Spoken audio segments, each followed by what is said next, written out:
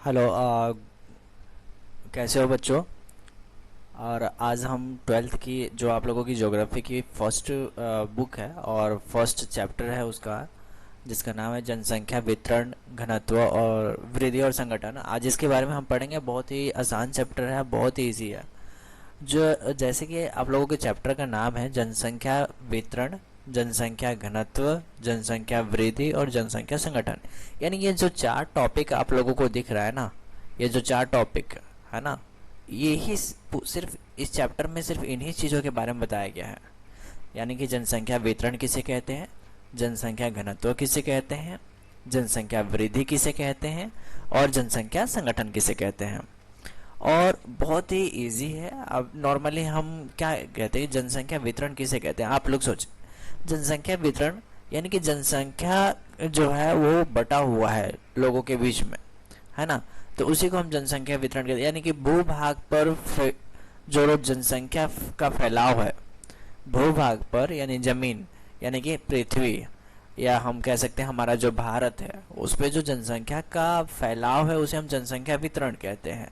किसी राज्य में कम जनसंख्या है, किसी राज्य में ज्यादा जनसंख्या है, कहीं पे कम लोग रहते हैं, कहीं पे ज्यादा लोग रहते हैं, ये वितरण है। तो इसे हम क्या कहते हैं? जनसंख्या वितरण। नॉर्मली फिर हम बात करते हैं जनसंख्या घनत्व की। जनसंख्या घनत्व किसे कहते हैं? तो जनसंख्या घनत्व हम कह सकते हैं कि किसी भी क्षेत्रफल में आप लोगों को ये मैप जो दिख रहा है, ये ठीक है, ये जो मैप आप लोगों को दिख रहा है, तो इसमें हम नॉर्मली क्या देख रहे हैं? ये जनसंख्या घनत्व के बारे में बताया गया, जनसंख्या वितरण के बारे में बताया गया है। कि कहीं पे तो आप लोगों को जैसे ये वाला पॉइंट देख रहे हो आप लोग, ये जो पॉइंट है यहाँ पे बहुत ही डार्क लग रहा है। डार्क इसलिए है क्योंकि यहाँ पे ज़्यादा जनसंख्या, और आपको ये बहुत पता भी होगा कि ये दिल्ली शहर है ना। तो ये कुछ ऐसे राज्य हैं जहाँ पे ज़्यादा जनसंख्या रहता है तो उसका घनत्व ज़्यादा हो गया। यानी कि जो क्षेत्रफल, जो एरिया है, उस एरिया के हिसाब से वहाँ पे ज़्यादा जनसंख्या जब रहती है तो उसे हम कहते हैं वहाँ का जनसंख्या घनत्व ज़्यादा है। आप देखोगे कि जो पहाड़ी इलाका है, ये वाला, ये हो गया आपका, ये वाला हिस्सा हो गया, ठीक है ना। या नॉर्मली ये वाला राजस्थान वाला हिस्सा हम ले लेते हैं। तो ये जो राजस्थान वाला हिस्सा है, चाहे ये पहाड़ी इलाका है, ये तो यहाँ पे जो जनसंख्या घनत्व है बहुत ही कम है। लेकिन जनसंख्या घनत्व सबसे ज़्यादा कहाँ पर है? आपका जनसंख्या घनत्व ये उत्तर प्रदेश, बिहार, बंगाल का ये हिस्सा, ये सब ज़्यादा जनसंख्या घनत्व है। ये यहाँ पे हम थोड़ा सा केरला का ले लेते हैं। केरला पे देखिए जनसंख्या घनत्व ज़्यादा है। तो जनसंख्या घनत्व यानी कि किसी भी क्षेत्रफल पर जो जनसंख्या रह रही है उनकी संख्या उस क्षेत्रफल के अनुसार ज़्यादा है, उसी को जनसंख्या घनत्व कहते हैं, है ना। तो हम बात कर रहे थे कि इस चैप्टर को देखिए बिल्कुल एनसीईआरटी से आप पढ़िए और बहुत ही बेहतरीन तरीके से आपको समझ में भी आएगा। हम बात करते हैं एक बार एनसीईआरटी की तरह, मैं आपको पढ़ाऊंगा अभी कि एनसीईआरटी में क्या चीज़ें लिखी गई हैं। जो चीज़ स्किप करना होगा, देखिए सारा चीज़ नहीं पढ़ा जाता है एनसीईआरटी में। कुछ चीज़ें हमें पता है क्या चीज़ें स्किप करना है, क्या चीज़ें नहीं पढ़ना है, तो मैं आप लोगों को बता दूंगा, लेकिन इसको अच्छे से पढ़िए। जैसे कि दे रखा है, लोग किसी देश के अत्यंत महत्वपूर्ण घटक होते हैं। लोग किसी भी देश के अत्यंत महत्वपूर्ण घटक होते हैं, यानी कि किसी भी देश की जो जनसंख्या होती है वो बहुत ही एक इम्पॉर्टेंट रोल प्ले करते हैं उस कंट्री के लिए। भारत अपनी 121 करोड़ यानी 2011 की जो जनगणना हुई थी, उस जनगणना के अनुसार 2011 के अनुसार 121 करोड़ जनसंख्या के साथ चीन के बाद विश्व में दूसरा सघनतम बसा हुआ देश है।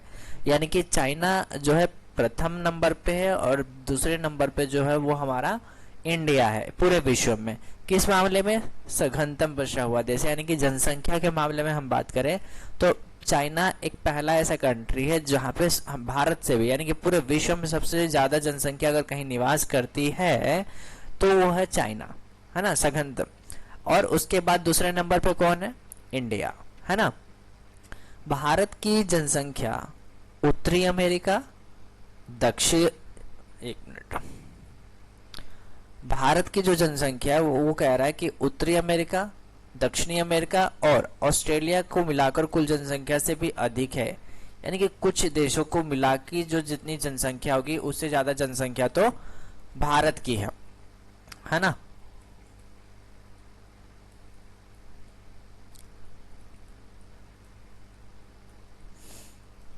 हाँ, तो भारत की जनसंख्या उन सबसे ज़्यादा है।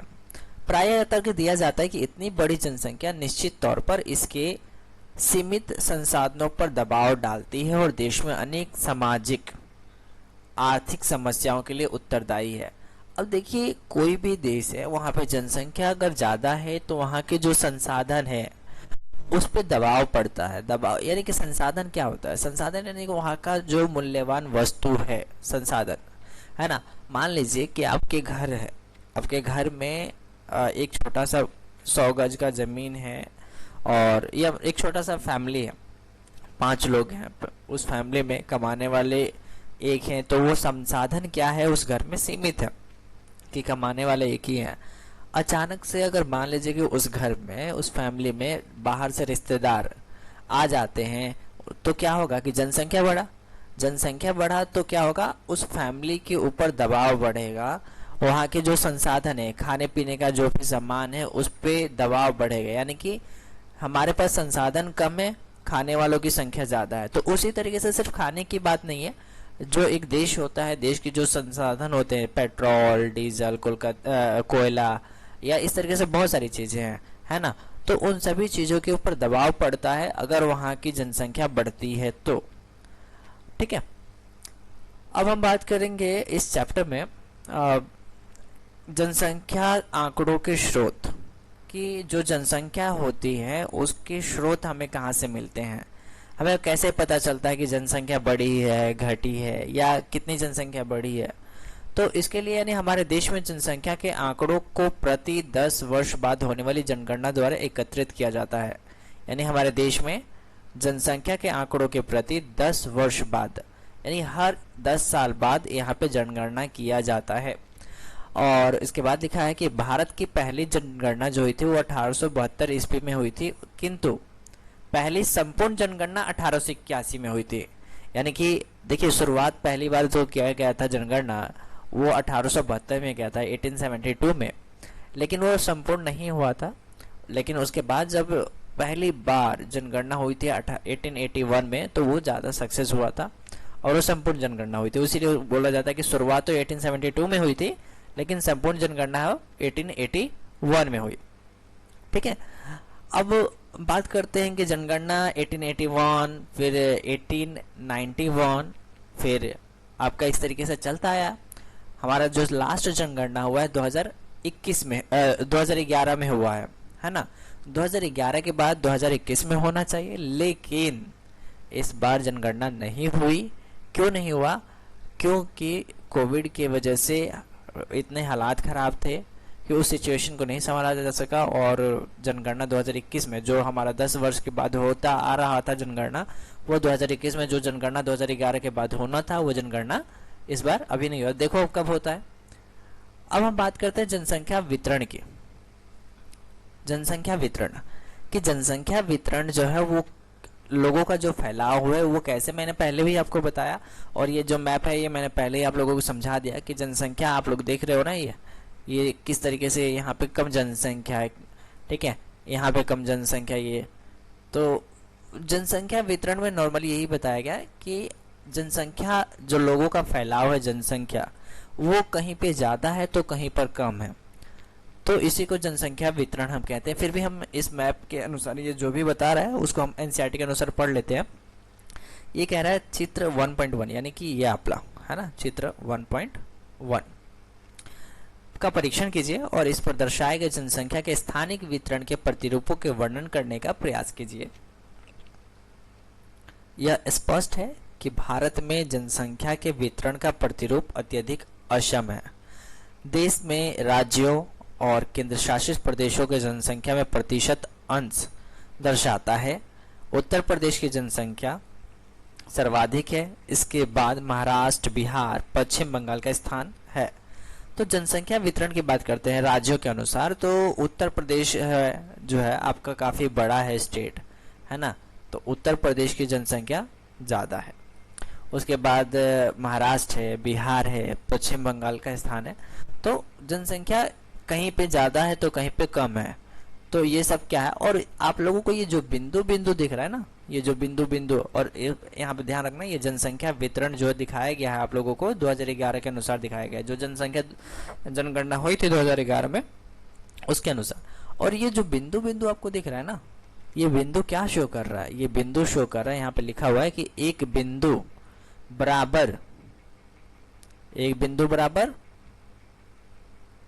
बताइए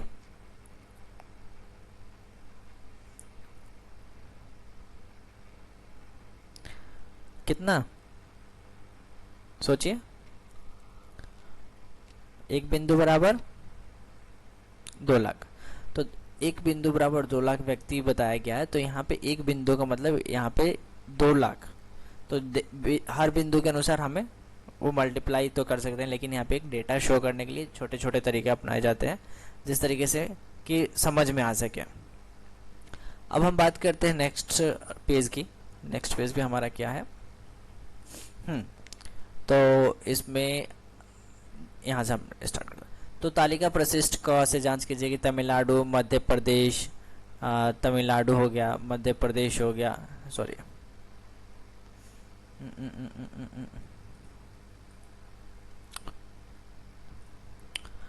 तो तमिलनाडु, मध्य प्रदेश, राजस्थान, कर्नाटक, गुजरात के साथ उत्तर प्रदेश, महाराष्ट्र, बिहार, पश्चिम बंगाल और आंध्र प्रदेश की जनसंख्या मिलाकर या मिलकर देश की कुल जनसंख्या का 76% भाग है। यानी कि कुछ राज्य, तमिलनाडु हो गया, मध्य प्रदेश हो गया, राजस्थान, कर्नाटक, गुजरात, उत्तर प्रदेश, और ये सभी जो राज्य हैं, इन सभी की जनसंख्या अगर मिला दिया जाए, यानी कि हमारे देश में जितने राज्य हैं उतने पूरे राज्य हम नहीं मैच कर रहे हैं, पूरे राज्यों की हम जनसंख्या नहीं काउंट कर रहे हैं, सिर्फ कुछ ही राज्यों की अगर जनसंख्या को हम मैच एक साथ ऐड कर रहे हैं तो 76% हो रहा है। हमारे इंडिया की कुल जनसंख्या के 76% जो जनसंख्या सिर्फ इन्हीं राज्यों में रहती है, ये लगभग 10 राज्य हैं, है ना। तो इन्हीं राज्यों में इतनी जनसंख्या है, यानी कि 24% जो जनसंख्या वो और अन्य जो राज्य हैं उसमें रहती है। जैसे कि दूसरी ओर हम देखें तो जम्मू कश्मीर में 1.04% है, अरुणाचल प्रदेश में 0.84% है, उत्तराखंड में 0.83% है। तो जैसे राज्यों की जनसंख्या का आकार इतने विशाल भौगोलिक क्षेत्र के बावजूद भी अत्यंत छोटे, यानी कि राज्य तो बड़ा है लेकिन वहाँ की जो जनसंख्या है वहाँ पे कम है। और कम होने का नॉर्मली रीज़न क्या होता है, तो नॉर्मली रीज़न है वहाँ पे संसाधन। अगर वहाँ पे संसाधन उपलब्ध है तो लोग वहाँ पे रहेंगे, वहाँ पे रोजगार होगा तो लोग वहाँ पे ज़्यादा रहेंगे। अब दिल्ली शहर की हम बात कर लेते हैं, हम लोग दिल्ली में रहते हैं या हम मुंबई में रहते हैं या जो भी सिटी है जहाँ पे सारी सुविधाएं उपलब्ध है, तो वहाँ पे जनसंख्या ज़्यादा होती है। जहाँ पे सुविधाएं नहीं हैं, जहाँ पे संसाधन नहीं है, रोजगार नहीं है, वहाँ की जनसंख्या कम होती है। तो जितने भी पहाड़ी इलाके हैं, है ना, वहाँ पे थोड़ी सुविधाएं कम होती है ना, तो जिसकी वजह से लोग वहाँ पे नहीं रहना पसंद करते हैं। हाँ, घूमने के लिए जाते हैं, वो टूरिज्म का एक पार्ट है, वो चीज़ अलग है। अब हम आगे इसमें ज़्यादा कुछ है नहीं। नॉर्मली जनसंख्या वितरण के सामाजिक, आर्थिक, ऐतिहासिक कारकों में से महत्वपूर्ण कारक स्थायी कृषि का उद्भव, कृषि विकास, मानव बस्ती के प्रतिरूप, परिवहन जाल तंत्र का विकास, औद्योगिकरण से और नगरीकरण है।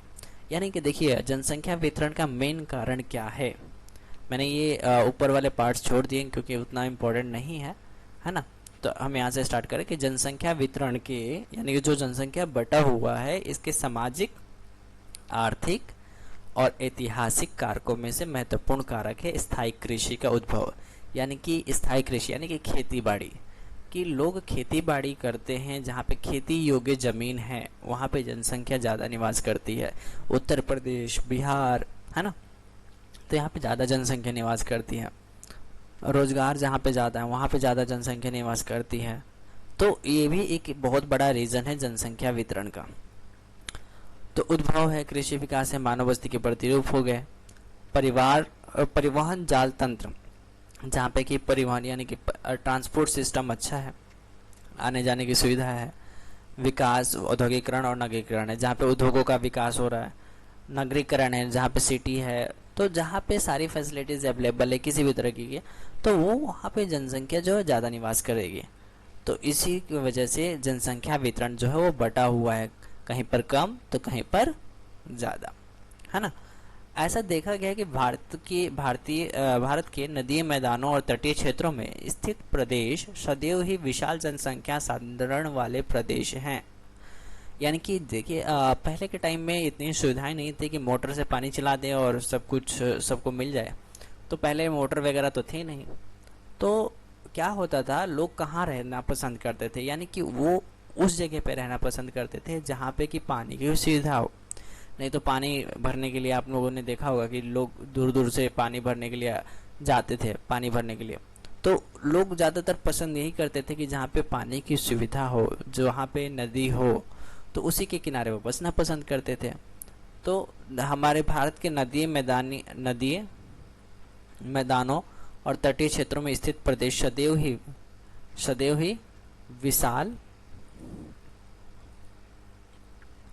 जनसंख्या सांद्रण वाले प्रदेश रहे, यानी कि यहाँ पे जनसंख्या हमेशा हमको ज़्यादा देखने को मिला है। यद्यपि इन प्रदेशों में जमीन और जल जैसे प्राकृतिक संसाधनों में उपयोग के कारण निम्नीकरण हुआ है। अब जो जहाँ पे जनसंख्या ज़्यादा निवास की है ना, तो वहाँ पे क्या हुआ कि जमीन और जल जैसे प्राकृतिक संसाधनों में उपयोग के कारण निम्नीकरण हुआ, यानी कि उनकी जो जमीन था जहाँ पे लोग रहने लगे ज़्यादा जनसंख्या में, जहाँ पे पानी था, तो ज़्यादा जनसंख्या में रहने की वजह से वहाँ की पानी की क्वालिटी और ज़मीन की क्वालिटी दिन प्रतिदिन गिरता गया, है ना। फिर भी मानव बस्ती के आरंभिक इतिहास और परिवहन जाल तंत्र के विकास के कारण जनसंख्या का सांद्रण उच्च बना हुआ है। कम हुआ, परिवहन जाल तंत्र बिछा, उसके कारण जनसंख्या का सांद्रण उच्च बना रहा, यानी कि परिवहन ने तो कुछ आरंभिक इतिहास ने तो कुछ ना कुछ ऐसे रीज़न है जिसकी वजह से लोगों को फैसिलिटी मिला, तो वो क्या हुआ कि वहाँ पे सब कुछ कंटिन्यू चलता रहा। दूसरी ओर दिल्ली, मुंबई, कोलकाता, बेंगलोर, पुणे, अहमदाबाद, चेन्नई और जयपुर के नगरीय क्षेत्र और औद्योगिक विकास और नगरीकरण के कारण बड़ी संख्या में ग्रामीण नगरीय प्रवासियों को आकर्षित कर रहे हैं। इसलिए इन क्षेत्रों में जनसंख्या का उच्च सांद्रण पाया जाता है। यानी कि अब देखिए, पहले तो पानी के लिए जहाँ पानी होता था वहाँ पे लोग रहते थे, लेकिन धीरे धीरे धीरे कुछ फैसिलिटीज़ जो है वो स्टार्ट हुआ, फैसिलिटीज़ मिलना आरंभ हुआ, मॉडर्नाइजेशन आया। तो क्या हुआ कि अब सिर्फ लोग पानी के लिए नहीं बल्कि अब रोज़गार के लिए, है ना, जहाँ पे सुविधाएं मिलती हैं वहाँ पे, तो उस तरफ आकर्षित हुए और इस तरीके से शहरों की ओर जनसंख्या का उच्च सांद्रण बन पाया। अब हम बात करते हैं जनसंख्या घनत्व की। जनसंख्या घनत्व क्या है? तो जनसंख्या के घनत्व को प्रति इकाई क्षेत्रफल में या क्षेत्र में व्यक्तियों की संख्या द्वारा अभिव्यक्त किया जाता है। यानी कि मान लीजिए कि दो बराबर रूम है ना, दोनों रूम का साइज बड़ा मतलब इक्वल है, तो दोनों रूम में से एक रूम में 10 लोग बैठे हुए हैं और एक रूम में 20 लोग बैठे हुए हैं, तो जनसंख्या घनत्व किसका ज़्यादा है? हाँ, जिस रूम में 20 लोग बैठे हुए है ना, तो क्योंकि वहाँ पे जनसंख्या ज़्यादा है, तो जनसंख्या घनत्व ऐसे ही निकालते हैं, है ना। तो जनसंख्या घनत्व हम ऐसे निकालते हैं। तो यहाँ पे जो जनसंख्या घनत्व बताया गया, इसको हम देखते हैं कि इससे क्या होता है। इससे भूमि के संदर्भ में जनसंख्या के स्थानिक वितरण को बेहतर ढंग से समझने में सहायता मिलती है। भारत का जनसंख्या घनत्व 382 व्यक्ति प्रति वर्ग किलोमीटर है। ये 2011 के आंकड़ा के अनुसार है। यानी कि ये जो भारत की ये जो ज़मीन है, ये यहाँ से ये पूरा मतलब आप लोग ये देख रहे हो ना, भारत की जो ज़मीन है, ये थोड़ा सा मैं उतना नहीं कर पा रहा हूँ मार्क, है ना। तो ये जो भारत की जो पूरी ज़मीन है, इस ज़मीन में जितनी जनसंख्या रहती है, अगर हर उतने क्षेत्रफल को जनसंख्या से डिवाइड कर दिया जाए, है ना, या जनसंख्या को क्षेत्रफल के अनुसार डिवाइड कर दिया जाए, तो 1 किलोमीटर में कितने लोग रह रहे हैं? 382 व्यक्ति प्रति वर्ग किलोमीटर, है ना। ये आंकड़ा 2011 के अनुसार है। 1951 ईस्वी में जनसंख्या का घनत्व 117 व्यक्ति प्रति वर्ग किलोमीटर थे। यानी कि थोड़ा इसको नोट भी कर लेना कि 1951 में जनसंख्या का जो घनत्व था वो 117 व्यक्ति प्रति वर्ग किलोमीटर से बढ़कर 2011 में 382 व्यक्ति प्रति वर्ग किलोमीटर होने से विगत 50 वर्ष में 200 व्यक्ति वर्ग किलोमीटर में से अधिक उत्तरोत्तर वृद्धि हुई।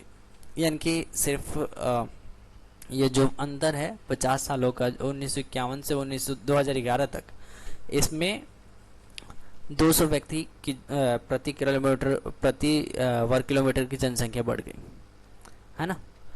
अब ये वाला उतना इम्पोर्टेंट नहीं है जो नीचे दिया हो गया है, कि मतलब ये दिया हुआ कहाँ पर कितनी है। जैसे कि 2011 के अनुसार ही अगर हम बात करें तो अरुणाचल प्रदेश में कम से कम 17 व्यक्ति प्रति वर्ग किलोमीटर से लेकर दिल्ली के राष्ट्रीय राजधानी क्षेत्र में, अच्छा देखिए सबसे कम है यहाँ पे अरुणाचल प्रदेश में बताया गया कि प्रति प्रदेश में कम से कम 17 व्यक्ति प्रति वर्ग किलोमीटर, है ना। 2011 में जब जनगणना हुई तो वहाँ पे जनसंख्या घनत्व निकाला गया, तो ऐसा कौन सा राज्य है कि जहाँ पे सबसे कम जनसंख्या घनत्व है, तो वो था अरुणाचल प्रदेश, 17 व्यक्ति प्रति वर्ग किलोमीटर। यानी कि जो उसकी ज़मीन है उस ज़मीन को और वहाँ के रहने वाली जनसंख्या को जब डिवाइड करेंगे तो 17 व्यक्ति प्रति वर्ग किलोमीटर निकला। अब ये थोड़ा बढ़ गया है, 2021 तक बढ़ गया होगा, अभी तो जनगणना हुई नहीं है, आगे देखते हैं क्या होता है। उसके बाद उसी तरीके से अगर हम राष्ट्रीय राजधानी दिल्ली की बात करें, दिल्ली के राष्ट्रीय राजधानी क्षेत्र में 11,297 व्यक्ति प्रति वर्ग किलोमीटर तक है। यानी कि देखिए दिल्ली शहर में सारी सुविधाएं उपलब्ध है, जिसकी वजह से जो दिल्ली राजधानी है यहाँ पे जनसंख्या कितनी है, 11,297 प्रति वर्ग किलोमीटर। उत्तरी भारत के राज्य बिहार की अगर हम बात करें तो यहाँ पे 1102, पश्चिम बंगाल में बात करें तो 1029, उत्तर प्रदेश में बात करें तो 829, केरल में बात करें तो केरल में आपका हो गया ये 859, तमिलनाडु में हो गया आपका 555। ये सब 2011 का आंकड़ा है ना। तो असम, गुजरात, आंध्र प्रदेश, हरियाणा, झारखंड, मध्य प्रदेश घनत्व पाया जाता है। तो ये भी सही है कि असम हो गया, गुजरात, आंध्र प्रदेश, हरियाणा, झारखंड, उत्तर उड़ीसा के मध्य घनत्व पर है, यानी नॉर्मल है, जितनी जनसंख्या है जितना क्षेत्रफल है उसके हिसाब से ठीक ठाक है यहाँ पे जनसंख्या घनत्व। हिमाचल प्रदेश के पर्वतीय राज्यों और असम को छोड़कर भारत के उत्तर पूर्वी राज्यों में अपेक्षाकृत निम्न घनत्व है, यानी कि कुछ ऐसे राज्य हैं जहाँ पे की कम जनसंख्या घनत्व है और उच्च घनत्व पाए जाते हैं। केंद्र शासित, ये लिख रहा है कि जैसे अंडमान निकोबार द्वीप है को छोड़कर केंद्र शासित जितने भी प्रदेश हैं, क्योंकि अंडमान निकोबार भी एक केंद्र शासित प्रदेश है, तो अंडमान निकोबार द्वीप समूह को अगर छोड़ दें तो इसके अलावा जितने भी केंद्र शासित प्रदेश हैं वहाँ पे उच्च जनसंख्या घनत्व है। जनसंख्या का घनत्व जैसे कि पहले के अनुच्छेदों में भी चर्चा की जा चुकी है, अब यहाँ पे ऐसा कुछ इंपॉर्टेंट देखने ना मुझे। हम नीचे नेक्स्ट पेज पे आते हैं।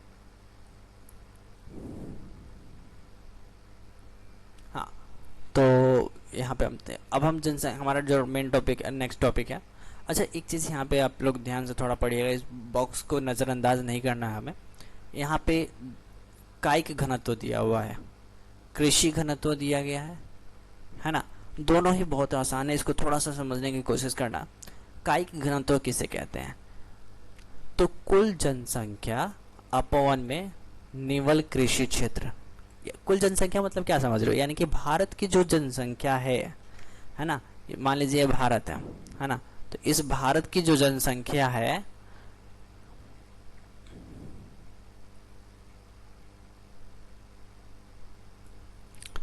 ये जो भारत की जनसंख्या है, तो कुल जनसंख्या प्लस निवल अपन में निवल कृषि क्षेत्र। निवल कृषि क्षेत्र मतलब अब देखिए ये जितना बड़ा आपको भारत दिख रहा है, अब हर जगह तो खेती होती नहीं है। क्यों नहीं होती है, क्योंकि कहीं पे मकान बने हुए हैं, कहीं पे सड़क है, तो कहीं पे पहाड़ है, तो कहीं पे तालाब, नदी, ये सब है, जंगल है, तो हर जगह तो खेती होती नहीं है। तो जनसंख्या जो है, जितनी भी जनसंख्या है वो खाना तो खाती है ना, तो उसके लिए जो खेती किया जा रहा है निवल कृषि क्षेत्र, यानी कि जो उसके लिए खेती किया जा रहा है उसे अगर हम डिवाइड करते हैं, यानी कुल जनसंख्या ऊपर और नीचे जो खेती किया जा रहा है वो क्षेत्र हम ले लेंगे, तो जब हम इसको डिवाइड करेंगे तो जो आंसर आएगा उसको हम बोलते हैं कायिक घनत्व। ठीक है, यानी कि खाने वाले सब और जितनी खेती हो रही है उसको डिवाइड कर देंगे तो कायिक घनत्व निकल जाएगा। उसके बाद आता है कृषि घनत्व।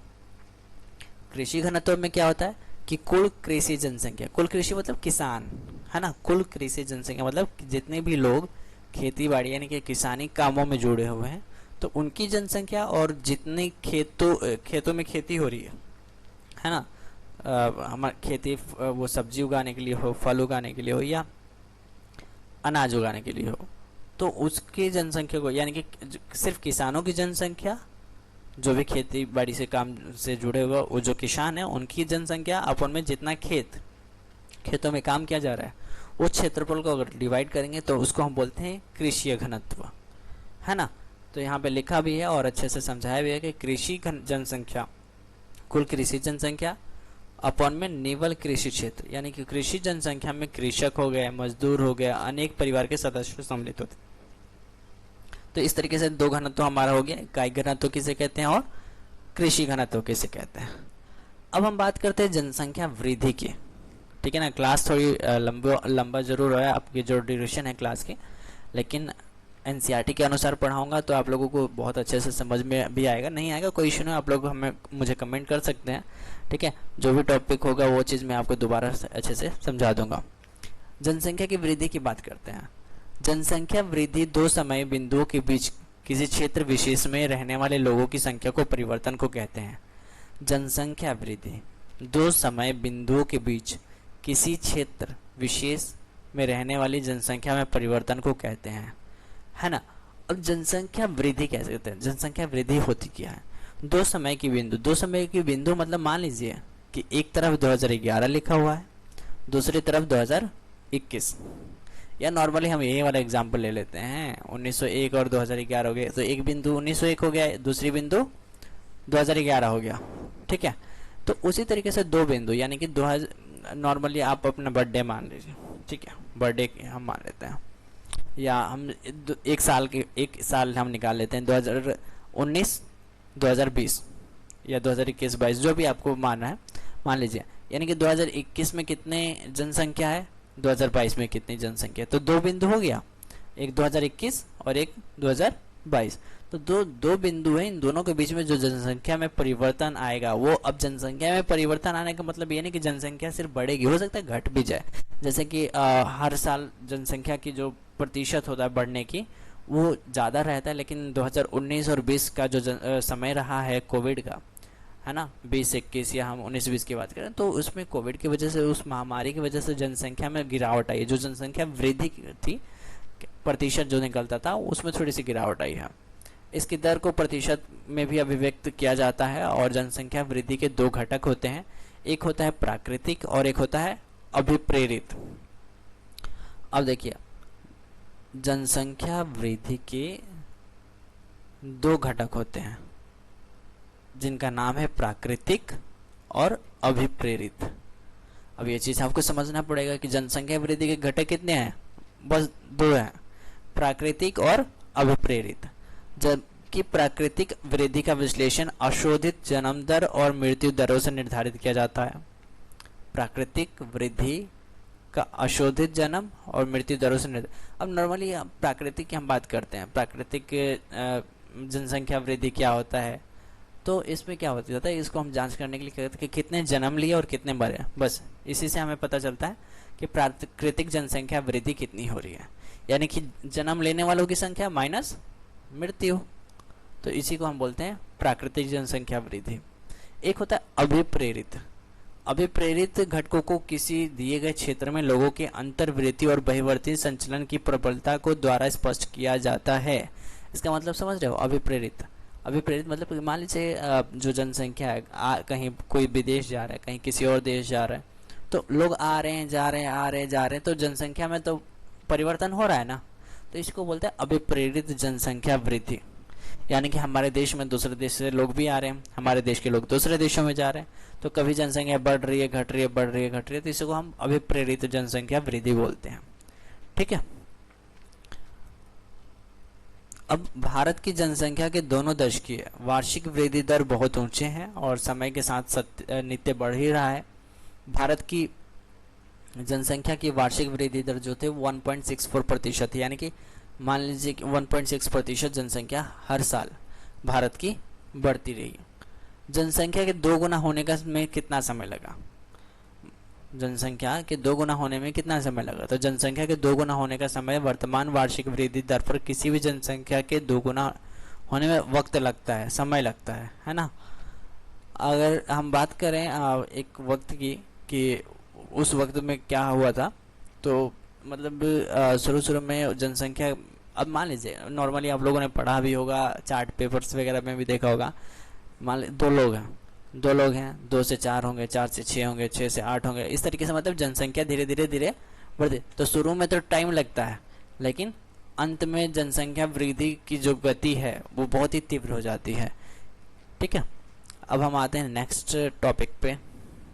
नेक्स्ट हमारा जो भी है पेज, तो हमारा नेक्स्ट पेज है प्रवस्थाएं, है ना। इसके ऊपर ऐसा कुछ लिखा तो नहीं है, ठीक है, नहीं लिखा। प्रवस्थाएं हैं, तो इसमें 4 प्रवस्थाएं दी गई हैं, है ना। और बहुत ही इस आप लोग इसको समझेंगे थोड़ा सा मुश्किल हो सकता है आप लोगों के लिए कि प्रवस्थाएं क्या होती हैं क्या नहीं। घबराने वाली बात नहीं है, बहुत ही ईजी है। प्रवस्थाएं यानी कि पीरियड्स दिया गया है कि जो टाइम जो है ईयर्स जो है उसको डिवाइड किया गया है जनसंख्या वृद्धि को लेकर। तो 1901 से 21 तक है पहला, दूसरा 21 से 51 तक है, तीसरा 51 से 81 तक है, और चौथा 81 से अब तक है। इसको मैं बताऊंगा नहीं, बहुत ही इजी है, आप लोग थोड़ा इसको पढ़ लीजिएगा कि 1901 से 21 में 21 के बीच में जो जनसंख्या की वृद्धि हुई थी वो किस गति से हुई थी, 21 से 51 में कैसे जनसंख्या बढ़ी, 51 से 81 और 81 से अब तक वर्तमान, है ना। तो इसको आप लोग थोड़ा पढ़ लीजिएगा, कोई भी डाउट होता है मुझे पूछ लीजिएगा, ठीक है। जनसंख्या वृद्धि में क्षेत्रीय भिन्नताएं होती हैं, बिल्कुल होती हैं। कहीं पे ज़्यादा जनसंख्या होती है, कहीं पे कम होती है, तो वो चीज़ बताया गया जो कि मैंने आपको पहले ही बता दिया है इस वाले टॉपिक के बारे में। तो जनसंख्या वृद्धि में क्षेत्रीय भिन्नताएं होती हैं। अब हम बात करते हैं, इधर कुछ नहीं हमें पढ़ना है ना, कुछ नहीं पढ़ा है। अब हम बात करते हैं जनसंख्या संगठन, जो कि हमारा लास्ट टॉपिक है। जनसंख्या संगठन होता है क्या है? जनसंख्या संगठन का मतलब होता है ग्रुप, संगठन मतलब ग्रुप, हमने तो यही पता है ना। तो जनसंख्या का संगठन यानी कि जनसंख्या का ग्रुप। अब हम देखते हैं इसमें क्या क्या, किस आधार पर जनसंख्या का ग्रुप बांटा गया है या बनाया गया है। तो जनसंख्या संगठन की अगर हम बात करें तो जनसंख्या संगठन जनसंख्या भूगोल के अंतर्गत अध्ययन का एक सुस्पष्ट क्षेत्र है। यानी कि संगठन के बारे में पढ़ना है तो जनसंख्या भूगोल के बारे में हमें पढ़ना होगा। अब जनसंख्या ये संगठन जो बनाया जाता है वो कैसे बनाया जाता है, तो जिसमें आयु, लिंग का विश्लेषण, निवास का स्थान, मानव जातीय लक्षण, जनजातीय भाषा, धर्म, वैवाहिक स्थिति, साक्षरता और शिक्षा, व्यावसायिक विशेषताएं आदि का अध्ययन किया जाता है। और इसी के आधार पर भाषा, धर्म, व्यवसाय के प्रतिरूपों के संदर्भ में भारत की जनसंख्या के संगठन की विवेचना की जाएगी। तो जनसंख्या संगठन बहुत ईजी है, यानी कि एक नॉर्मली हम देखते हैं कि ग्रुप बांट दिया गया, ग्रुप बना दिया गया। मान लीजिए 18 साल से कम उम्र के बच्चे कितने हैं, 14 साल से कम उम्र के बच्चे कितने हैं, 15 से 59 वर्ष की उम्र की जनसंख्या कितनी है, जिसे हम यंग जनसंख्या बोलते हैं। और 60 साल, ये जो रिटायर्ड होते हैं, 60 साल से ऊपर की उम्र वाले कितने जनसंख्या है, कितने मेल हैं, कितने फीमेल हैं, है ना। तो लिंग के आधार पे हो गया, कितने का अपना मकान है, मानव जातीय लक्षण क्या है, जनजातीय क्या है, इनकी भाषा, कितने लोग कौन सी भाषा बोलते हैं, कौन से धर्म से हैं, उनकी वैवाहिक स्थिति क्या है, साक्षर हैं कि नहीं है, पढ़े लिखे हैं कि नहीं है, व्यवसायिक क्या काम करते हैं। तो इन सभी चीज़ों के आधार पर जनसंख्या का संगठन किया जाता है। कितने लोग गाँव में रहते हैं, कितने लोग शहरों में रहते हैं, है ना। तो कितने लोग विदेशों में रहते हैं, मतलब परिवार वालों से ये सारी डेटा लिया जाता है। तो जनसंख्या जनसंगठन हम इसी को कहते हैं। यानी कि जनसंख्या का जो है संगठन बना हुआ है लिंग के आधार पे, आयु के आधार पे, निवास के आधार पे, यानी कि गांव में रहते हैं, शहर में रहते हैं, कहाँ पे रहते हैं। तो इस तरीके से जनसंख्या को ग्रुपिंग किया गया है ना। जैसे कि 18 साल वाला तो आप लोग समझ ही रहे हैं कि 18 साल से कम उम्र वाले बच्चे जॉब नहीं करते, तो एक उन्होंने वो बना दिया जनसंख्या के संगठन कि इतने साल से कम वाले तो एक तो जॉबलेस हैं, यानी कि उनके पास काम नहीं है, वो लोग काम नहीं करते हैं, है ना। 60 उससे ऊपर वाले लोग काम नहीं करते हैं। तो इस तरीके से बहुत सारी ऐसी चीज़ें हैं जो पॉलिसी बनाई जाती है सरकार के द्वारा, तो उन सबको पॉलिसियों को बनाने में ये जो जनसंख्या संगठन है उनके लिए हेल्पफुल हो रहता है। मान लीजिए स्कूल है, स्कूल में मान लीजिए कोई ड्रेस बढ़ रहा है, तो वो लोग डेटा लेंगे ना जी कि कितने उम्र के बच्चे हैं, क्योंकि उम्र के जो बच्चे होते हैं उस हिसाब से उनके टी शर्ट या शर्ट जो भी ड्रेसेज हैं तो उसकी साइज़ वगैरह लिया जाता है नॉर्मली। तो मान लीजिए उन्होंने बताया कि 15 साल के बच्चे इतने हैं, 10 साल 7 7 साल के बच्चे की जनसंख्या इतनी है, 18 साल के बच्चों की जनसंख्या इतनी है, तो उस हिसाब से ड्रेस वगैरह उनकी साइज़ की आती है। तो इस तरीके से ये सब पॉलिसी बनाने में सरकार की सहायता करती है जनसंख्या संगठन। अब हम नेक्स्ट पेज पे आते हैं। इसमें थोड़ा सा ये जो भाषाई संगठन है, भाषा के आधार पर जो संगठन होता है ये पढ़ लेना आप लोग, इसमें ज़्यादा कुछ है नहीं। भाषा के आधार पर वर्गीकरण, हमारे भारत की जनसंख्या जो हुआ था, मतलब भारत का जब विभाजन होता है उसके बाद जो ग्रुपिंग किया जा रहा था वो भाषाई आधार पर उसको फिर से दोबारा ग्रुप डिवाइड किया गया था। भाषा के आधार पर राज्यों का निर्माण किया गया था। धार्मिक संगठन धर्म के आधार पे, है ना। तो ये कुछ चीज़ें हैं, जैसे कि आप देखोगे यहाँ पे आधुनिक भारतीय भाषाओं का वर्गीकरण किया गया था किस हिसाब से। आस्ट्रिक निषाद है, द्रविड़ भाषा बोलने वाले, चीनी, तिब्बती, किरात, भारतीय, यूरोपीय। तो इस तरीके से ये थोड़ा सा उतना इम्पोर्टेंट नहीं लगता है, लेकिन एक बार इसको आप लोग भी ज़रूर पढ़ लेना। धार्मिक संगठन की हम बात कर, धार्मिक संगठन भी वही है जो धर्म के आधार पे होता है, इसको भी मैं नहीं करा रहा। जैसे आप देखिए यहाँ पर डेटा दिया हुआ है, हिंदू कितने प्रतिशत लोग रहते हैं, ईसाई, मुस्लिम, सिख, बौद्ध, ये सब धर्म के आधार पे हो गया, है ना। उसके बाद एक मिनट, टॉपिक पे हमारा टॉपिक था, हाँ ये धर्म और भूदृश्य। तो भूदृश्य पर धर्मों की औपचारिक है, ये भी धर्म वाली चीज़ है। इसमें भी मंदिर, मस्जिद, गुरुद्वारे, मठ, गिरजाघर, तो ये ग्रुप बटा हुआ है ना, देख रहे हो ना कैसे, मतलब किस तरीके से जनसंख्या का वितरण किया गया है, जनसंख्या का संगठन किया गया है ना। एक है श्रमजीवी जनसंख्या का संगठन। आर्थिक स्तर की दृष्टि से भारत की जनसंख्या को 3 वर्गों में बांटा जाता है, बिल्कुल बांटा जाता है ना। श्रमजीवी जनसंख्या का संगठन इसे हम बोलते हैं। एक होता है मुख्य श्रमिक, ध्यान देना, मुख्य श्रमिक, सीमांत श्रमिक और अश्रमिक। अब मुख्य श्रमिक किसे कहते हैं, सीमांत श्रमिक किसे कहते हैं और अश्रमिक किसे कहते हैं, पता है आप लोगों को? नहीं, चलिए मैं बताता हूँ। मुख्य श्रमिक जो होते हैं वह व्यक्ति हैं जो एक वर्ष में कम से कम 183 दिन यानी 183 दिन, या हम कहते हैं 6 महीने काम करता है, तो वो होता है मुख्य श्रमिक। यानी कि एक व्यक्ति अगर पूरे साल भर में 365 दिन में से अगर 183 दिन काम करता है तो वो मुख्य श्रमिक है भाई साहब। भारत सरकार के द्वारा जनगणना के अनुसार जो माना जाता है कि मतलब वो गरीब नहीं है, गरीब मतलब उसका खर्चा चल जाएगा, है ना, जो 365 में से 183 दिन काम कर रहा है। सीमांत श्रमिक किसे कहते हैं? सीमांत श्रमिक वह व्यक्ति होता है जो एक वर्ष में 183 दिनों या 6 महीने से कम दिन काम करता है, उसे हम बोलते हैं सीमांत श्रमिक। और अश्रमिक किसे कहते हैं? जो काम ही नहीं करता, उसे अश्रमिक कहते हैं। जैसे कि आप लोग हैं, अभी काम नहीं कर रहे हैं, है ना, मतलब पैसा, इनकम नहीं मिल रहा है, तो आप लोग अश्रमिक में आ गए। जो 60 साल से ऊपर के लोग हैं वो अश्रमिक में आते हैं। जिन लोग पढ़े लिखे हैं लेकिन रोजगार नहीं मिला वो भी अश्रमिक है ना। श्रम की प्रतिभागिता दर क्या होती है? तो राज्य और केंद्र शासित प्रदेशों श्रमजीवी जनसंख्या का अनुपात गोवा में लगभग इतना है, दमन एवं दीव में लगभग इतना है।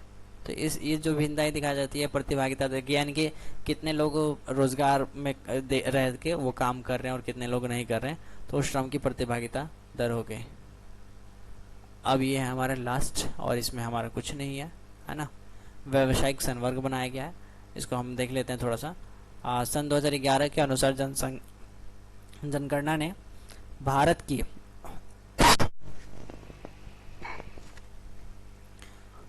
श्रमजीवी जनसंख्या को 4 संवर्गों में बांटा था। एक था कृषक, एक कृषि मजदूर, घरेलू औद्योगिक श्रमिक और अन्य श्रमिक, है ना।